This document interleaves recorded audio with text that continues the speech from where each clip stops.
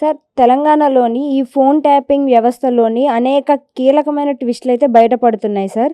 So, ఇప్పుడు చూసుకుంటే మనకి ఈ కేసుకు సంబంధించి ఎర్రబెల్లి దయాకర్ రావు గారు ఇందులో కూడా ఒక ఇంపార్టెంట్ రోల్ అయితే పాటిస్తున్నారన్న వార్తలైతే వినిపిస్తున్నాయి. సో, అసలు ఇందులో ఎంతవరకు నిజమందుంటారు? నిజం తెలీదమ్మా. నల్లబరి దయాకర్‌ని ఇలాగైనా ఇరికించాలని రేవంత్ రెడ్డి చాలా పట్టుదలతో ఉన్నాడు.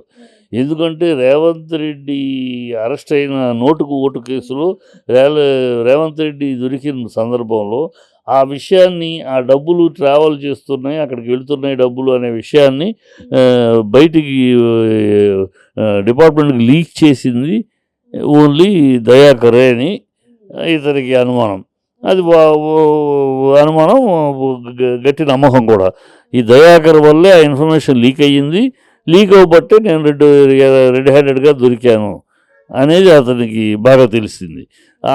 ఆ కోపం, తన వల్ల నేను జైల్లో కూర్చోవాల్సి వచ్చింది కనుక ఆ దయాకర్ని ఎట్లాగైనా ఇరికించాలని తహతాలాడుతున్నాడు రేవంత్ రెడ్డి. అంతే చెప్తే దాంట్లో నిజం లేదు, విషయం లేదు. అసలేదో ప్రవీణ్ కుమార్ ఎవరో ఆయన ట్యాప్ చేసాడు, ఆయన పట్టుకుంటున్నారు. దానికి ఈయనకి ఏం సంబంధం? అంటే ఈయనకి మిత్రత్వం ఉండడం వల్ల దయాకర్ మీద దొంగ అయిపోతాడా? అది రేవంత్ రెడ్డి ఉన్న కసి అది. గతంలో జరిగిన ఒక దీని మీద కక్ష పెట్టుకున్నాడు. నన్ను జైలుకి పంపించాడు ఈ దయాకర్ రెడ్డి అంటే తీసుకెళ్ళిన వాళ్ళకన్నా కూడా దయాకర్ ఇచ్చిన ఇన్ఫర్మేషన్ వల్లే వాళ్ళకి దొరికాను అని. అది కేసీఆర్కి దయాకర్ ఇచ్చిన ఇన్ఫర్మేషనే చాలా రహస్యంగా చేస్తే అది ఎలాగో పట్టుకు బయట పెట్టాడు. అందువల్లే ఆ టయానికి రెడీ అయినట్టుగా నేను దొరికాను అని అతనికి జైల్లో కూర్చున్నాడు కదా. చెప్పకూడదు తిన్నప్పుడు ఆ కోపం ఉంటుంది కదా. ఆ కోపం ప్రతిఫలమే తప్పితే దీంట్లో ఏమి దయాకర్ సంబంధం ఉండే పరిస్థితి లేదు. అంటే తను ఒకసారి ఇన్వాల్వ్ చేశారు అని అనేసి ఇప్పుడు అధికారంలో ఉన్నారనేసి తిన అధికారం చూపిస్తున్నారంటారు. అంతే అంతే అంతే అంతే గ్యారెంటీగా తన అధికారంలో తనని జైల్లో పెట్టారు. దానికి కారకుడు దయాకరే కనుక దయాకర్కి కూడా జైలు రుచి చూపించాలి అనేది ఆ తాపత్రయం. అలాగ వెళ్తూ ఉంటే రేవంత్ రెడ్డి కూడా ఈ ఎన్నికలైన తర్వాత ఉండడు. ఇలా కక్ష సాధింపులు కేసులు అంటే తన మీద కేసులు ఇప్పుడు మెడ మీద కత్తి ఏలాడుతూనే ఉంది. ఎందుకంటే రెడ్ హ్యాండెడ్గా దొరికాడు డబ్బులతోటి కనుక అదంత ఈజీ కాదు. ఎన్నాళ్ళు డాట్ అవుద్ది, ఎప్పుడో వేలాడుతూ ఉంది, ఎప్పుడో ఒకసారి పాఠం దిగుద్ది. అప్పుడు తను మళ్ళీ సీఎం ఎప్పటికీ ఇద్దరు సీఎంలు దేశంలో ఇప్పుడు ప్రస్తుతం, గతంలో కూడా సీఎంలు లాలూ ప్రసాద్ యాదవ్ జైలుతో వీళ్ళందరూ కరుణానిధి గారు సీఎంలుగా జైలుకి వెళ్ళిన వాళ్ళే. ఇప్పుడు ఆల్రెడీ ఇద్దరు సీఎంలు వెళ్ళారు. మూడో సీఎంగా ఈయన వెళ్తాడు రేపు ఆ కేసు బయటకు వచ్చేస్తే. అంటే రేవంత్ రెడ్డి గారు వెళ్తారని అంటారా? అంతే కదా. నోటు కేసు పెండింగ్లో ఉందమ్మా. నోటుకు ఓటు కేసులో రెడ్ హ్యాండ్గా ఎవరో సాక్ష్యాలు కూడా అవసరం, రెడ్ హ్యాండ్గా దొరికింది. తను క్యాష్ బాక్సు డబ్బులు అని రెడ్ హ్యాండెడ్గా వీడియోలో దొరికింది. ఇంక ఇతర సాక్ష్యాలు కూడా అవసరం లేని పరిస్థితి ఉంది ఆ కేసు ఎందుకు ప్రొలాంగ్ అవుతుందో భగవంతుడికి తెలియాలి. ఇంత నిర్దిష్టమైన ఆధారాలు ఉన్న కేసు ఎందుకు అలా పెండింగ్లో ఉందో. ఛార్జ్షీట్ వేసారన్నారు, లేట్గా ఛార్జ్షీట్ వేయడానికి చాలా కాలం పట్టింది. ఇప్పుడు ఛార్జ్షీట్ వేసారు. అది ఎప్పుడు పేలుతుందో బాంబు పేలినప్పుడు మరి దోషిగా తను వెళ్ళాలి లోపలికి. సార్ తెలంగాణ వ్యక్తికి ఐపీఎస్ అధికారి అయిన తెన్నేటి రామకృష్ణ ప్రసాద్ గారికి చంద్రబాబు నాయుడు గారు ఎంపీ టికెట్ ఇచ్చారు. సో ఇప్పుడు అది కాస్త వైసీపీ క్యాబినెట్లో భయాందోళన గురి చేస్తుంది అని అయితే వార్తలు వినిపిస్తున్నాయి. మరి ఆయన ఎఫెక్ట్ ఎలా ఉండబోతుంది సార్ అసలు? ఎంత పిచ్చి రాతలమ్మ, ఎవరు రాశారు, ఎవరు వాగుతున్నారో కదా ఈ మాటలు. అతను సీట్ ఇస్తే వైసీపీ గుండెల్లో పరిగెట్టేంటి? ఏమిటో ఒక ఎమ్మెల్యే ఏం చేయగలడు ఆయన? ఎన్నో పిచ్చి రాతలు, బుద్ధి ఏదో ఆ సొల్లు వాగుడు వాగి వాళ్ళు ఉండే మాటలు తప్పితే అయితే అవుతాడు. అసలు గెలవాలిగా ఫస్ట్ అతను. తెలుగుదేశంనే గతి లేని పరిస్థితిలో ఉంది అక్కడ. తెలుగుదేశం క్యాండిడేట్గా ఆయన పెద్ద గెలిచేది ఉంది, గెలిచినాక ఆయన ఏంటి పరిస్థితి? అపోజిషన్గా ఎమ్మెల్యేలో కూర్చుంటాడా, లేదు ఒకవేళ అధికారంలో వస్తే అధికారంలో ఆయనకి ఏం పదవి వస్తుందా? అధికారంలోకి వచ్చి పదవి రాగానే డామ్ డూమ్ డకారని ఆయన మంత్రదండం ఉంది ఆయన దగ్గర పీకి లాగి చేయడానికి. ఏది ఆల్ దిస్ నాన్ సెన్స్, బుద్ధి జ్ఞానం లేకుండా అర్ధ జ్ఞానంతో అజ్ఞానంతో వాగే సొల్లు వాగుడు. అంటే ఇవన్నీ పిచ్చి రాతలే తప్ప ఇందులో నిజాలు లేవని అంటారా? ఏం నిజాలు లేవు. ఏవో అయితే అయితే అతను టీడీపీకి వెళ్ళాడు, సీట్ ఇచ్చారు అంతే. దాంతో ఏమిటి వీళ్ళకి రైలు పరిగెట్టాల్సిన కర్మ ఏంటి?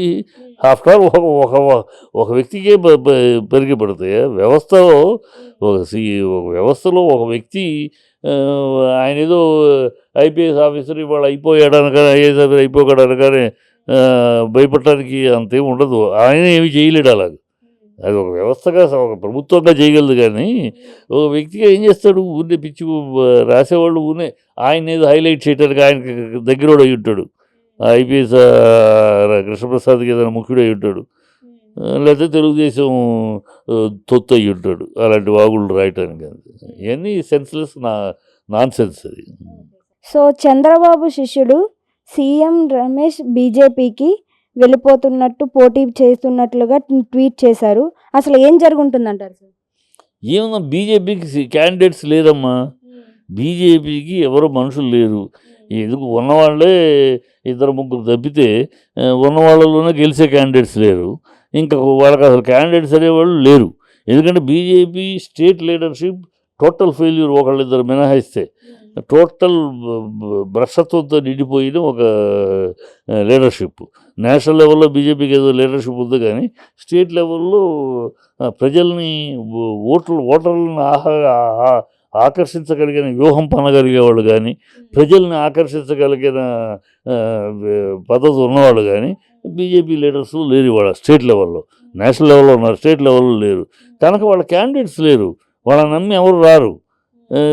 పోయినసారి 4 వచ్చే 4 గెలిపించాము. మోడీ హవా ఉంది, 4 గెలిపించారు పోయినసారి. ఏం చేశారు ఈ 4? ఏం చేశారు? ఏమన్నా తీసుకొచ్చారా? తెలంగాణకు వస్తే ఏమైనా పాటుపడ్డా, పోరాడారా, ఏమన్నా పార్లమెంట్లో మాట్లాడారా? ఏమీ లేదు. సో ప్రజలు అందుకని వీళ్ళ గెలుపు గుర్రాలు లేరు. గెలుపు గుర్రాలు వేరే పార్టీలో ఉండే గెలుపు గుర్రాలు ఎవరున్నారో వాళ్ళని మంత్రి పదవి ఆశ చూపించి, మీరు గెలిస్తే మీకు మంత్రి పదవి ఇప్పిస్తాం, కేంద్రంలో మంత్రి అవుతారు, ఇట్లాంటి ఆశ చూపించి లాగుతున్నారు అంతే వాళ్ళకి పరిస్థితి.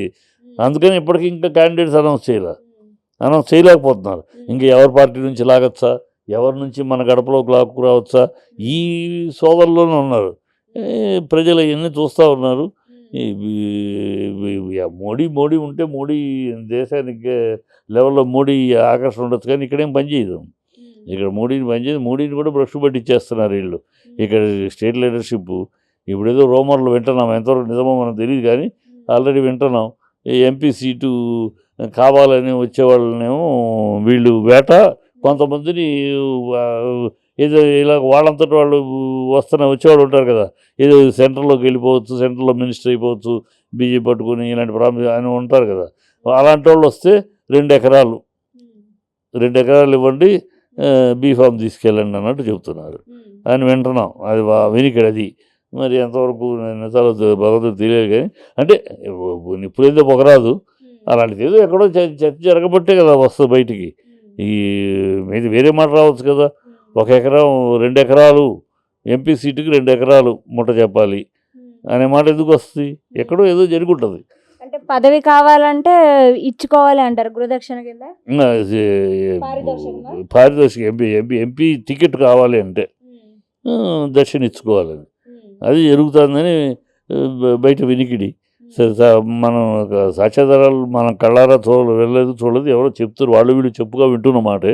అంటే వాళ్ళు వీళ్ళు చెప్తారంటే ఊరికి పొగరాదు, నిప్పులేదు పొగరాదని ఊరిని ఎందుకు వస్తుంది? ఎక్కడో ఏదో జరుగుంటుంది. అయితే ఆధారాలు మనకు తెలియదు కనుక మనకు బలగుద్ది చెప్పలేం, కానీ ఈ వింటున్న వార్తలు పబ్లిక్లో 2 ఎకరాలు ఎంపీ టికెట్కి 2 ఎకరాలు దక్షిణ కావాలి స్టేట్ లెవెల్లో. వాళ్ళకి ఆశ ఏంటంటే మీరు ఇస్తాం, మీరు గెలిస్తే మీకు ఢిల్లీలో మంత్రి పదవి ఇప్పిస్తాం. వీళ్ళ వాళ్ళకి అయ్యేది కాదు. వీళ్ళు నమ్మి వీళ్ళకే గొంతు లేదు అక్కడ. ఢిల్లీకి వెళ్ళి బాంఛన్ కాల్ముక్తా దగ్గర చేతులు కట్టుకుని ఎస్ బాస్ ఓకే బాస్ తప్పితే వీళ్ళెవరో అక్కడికి వెళ్ళి అలా నోరు ఇప్పి మాట్లాడే స్థాయి లేదు వీళ్ళకి. చూసారు పబ్లిక్లో కూడా చూస్తున్నారుగా. మోడీ గారి దగ్గరికి వెళ్ళి పక్కన నుంచుటానికి కూడా అంత దూరం నుంచుటానికి కూడా వెళ్ళి అలా దూరంగా అంత ముట్టుకుంటానికి పక్క తగిలటానికి కూడా ఉనికిపోతూ ఉంటారు. వీళ్ళు ఇంకా ఆయన దగ్గరికి వెళ్ళి ఈయనకి ఇవ్వండి ఈ పదవి, ఈయనకి ఈయన ఎక్కడ ఉంటుంది, వీళ్ళతో గాలి గాలి రకం మాటలు అంతే.